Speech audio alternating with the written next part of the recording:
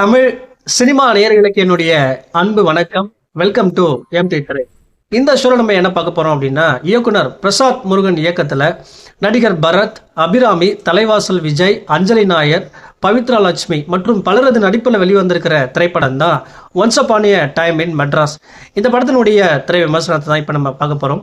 இந்த படத்தினுடைய கதை என்ன அப்படின்னா, துப்புரவு பணியாளராக நடித்திருக்கக்கூடிய அபிராமி வந்து பார்த்தீங்கன்னா, ஒரு சமயத்தில் கூவம் ஆற்றுலேருந்து ஒரு கைத்துப்பாக்கியை கண்டெடுப்பாங்க. அந்த கைத்துப்பாக்கியை வச்சு ஒரு கொலை பண்ணுவாங்க. அதே சமயத்தில் அந்த துப்பாக்கியை யூஸ் பண்ணி வெவ்வேறு சந்தர்ப்பங்களில் 3 கொலைகள் நடக்குது. ஏன் அபிராமி அந்த கொலையை பண்ணாங்க, ஏன் மற்ற கொலைகள் எல்லாம் நடந்தது அப்படிங்கிற படத்தினுடைய மீதி கதை தான் இந்த once upon a time in Madras. இந்த படத்தை பற்றி அலசணும் அப்படின்னா, இந்த படத்தில் நான் லைக் பண்ண விஷயம் என்ன அப்படின்னா, அதாவது பரத் ஒரு ஆட்டோ ஓட்டுநராக நடிச்சிருப்பார்.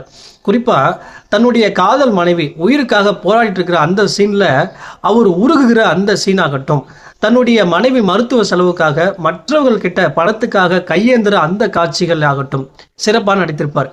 குறிப்பாக சொல்லணும் அப்படின்னா, தன்னுடைய நண்பனுடைய மனைவி தனக்கு உதவி செய்வது போல செஞ்சு தன்னுடைய ஆட்டோவை அடகு வைக்கிற அந்த சீனில் அந்த ஆட்டோ சாவியை வாங்குகிற காட்சிகள் எல்லாமே வந்து பார்த்திங்கன்னா ரொம்ப சிறப்பான நடிப்பை வெளிப்படுத்தியிருப்பார்.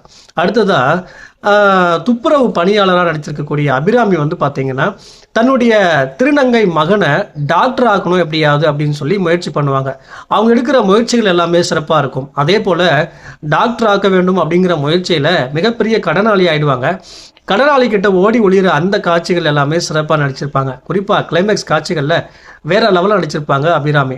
அடுத்ததாக வந்து பார்த்தீங்கன்னா, கணவராக எந்த தகுதி இல்லாத ஒருத்தரை கல்யாணம் பண்ணிக்கிட்டு நயவஞ்சகமான முறையில் கர்ப்பமாக்கப்படுற அஞ்சலி நாயர் தன்னுடைய சிறப்பான நடிப்பை வெளிப்படுத்தியிருப்பாங்க. குறிப்பாக பெண்களின் கைத்தட்டில் இந்த படத்தில் பெறுவாங்க.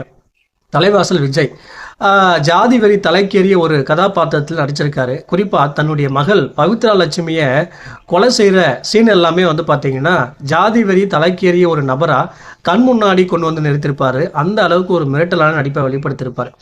மற்ற நடிகைகள் எல்லாமே வந்து பார்த்தீங்கன்னா இந்த படத்தில் சிறப்பான நடிப்பை கொடுத்துருப்பாங்க. குறிப்பாக KS காளிதாஸ் உடைய ஒளிப்பதிவாகட்டும், ஜோஸ் பிராங்கலினுடைய பின்னணி இசையாகட்டும் எல்லாமே ஓகே ரகமாக இருக்குது.